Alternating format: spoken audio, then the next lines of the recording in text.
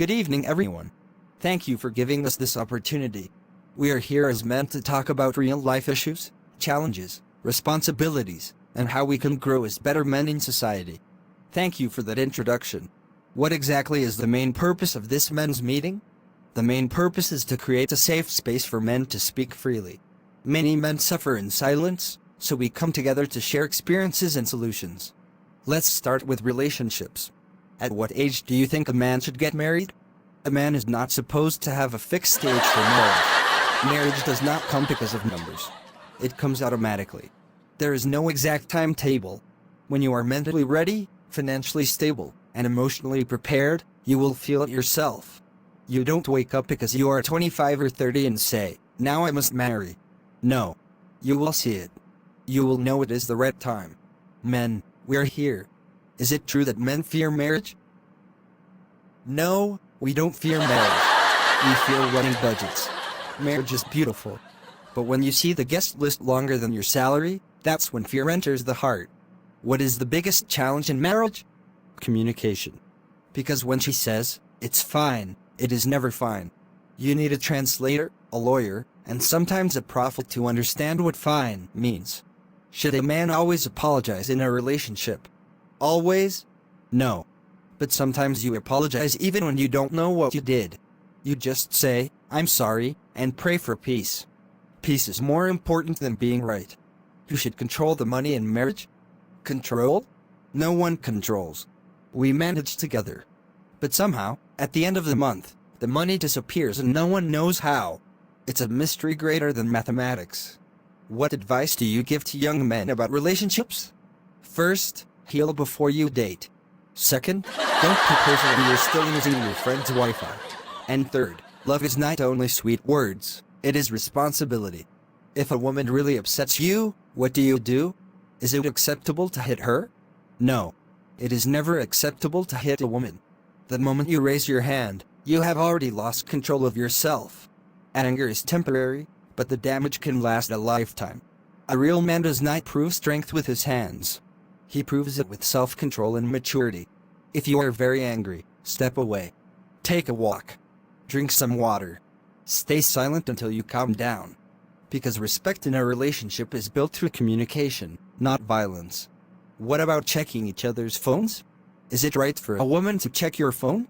Or for partners to check each other's phones in general? First of all, trust is the foundation of any relationship. If you feel the need to constantly check your partner's phone, it usually means there's already a trust issue. A phone is personal. It contains private conversations, work matters, family messages, and personal space. Even in marriage, privacy still exists. Now, if both partners agree openly and there is transparency, that is different. But forcing, spying, or secretly checking phones creates more damage than it solves. Instead of checking the phone, check the communication between you. If something feels wrong, talk about it. Because when trust is strong, the phone becomes just a device, not an investigation tool. What do you think about the idea of 50-50 equality in relationships? To be honest, saying everything must be strictly 50-50 is unrealistic. There are responsibilities in a relationship that are not naturally equal. For example, a man may be expected to provide financially, protect, and take certain physical responsibilities, while a woman may carry responsibilities that require different strengths and roles. That is why relationships are not built on strict percentages, but on understanding, support, and contribution based on ability and situation. If you force 50-50 in everything, you ignore reality, because people are not identical in what they can give at every moment.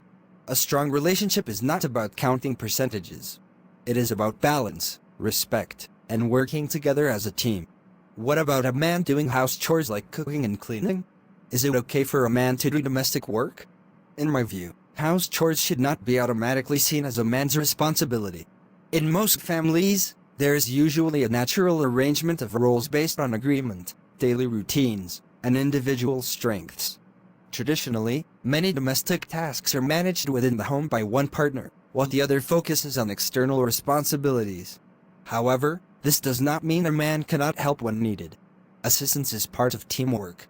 But turning house chores into a fixed expectation for men every day changes the natural balance of responsibilities in a household. Each family should agree on how responsibilities are shared in a way that maintains order and respect.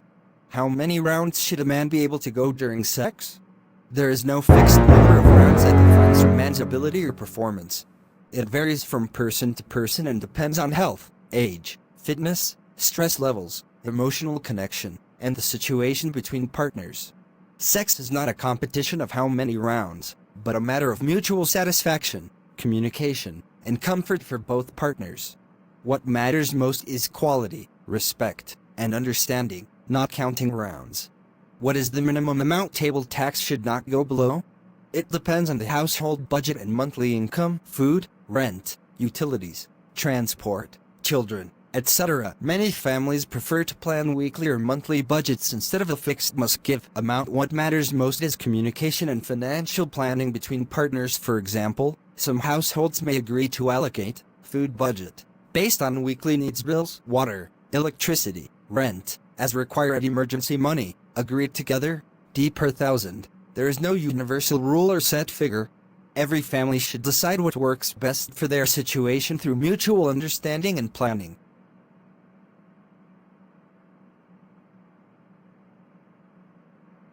Let's talk about relationships before marriage. Why do you think people should or should not be in a relationship before marriage? Relationships before marriage are important because they help two people understand each other better. It's a time to learn character, values, communication, and how someone behaves in real-life situations. However, it should not be just for fun or wasting time. It should have direction and seriousness. Do you think every relationship should end in marriage? Not every relationship must end in marriage. Some relationships are lessons, and some are preparation for the right partner. The key is knowing when it is healthy and when it is not. Is it okay to have sex before marriage? This is a sensitive topic, and the answer depends on personal values, culture, and beliefs.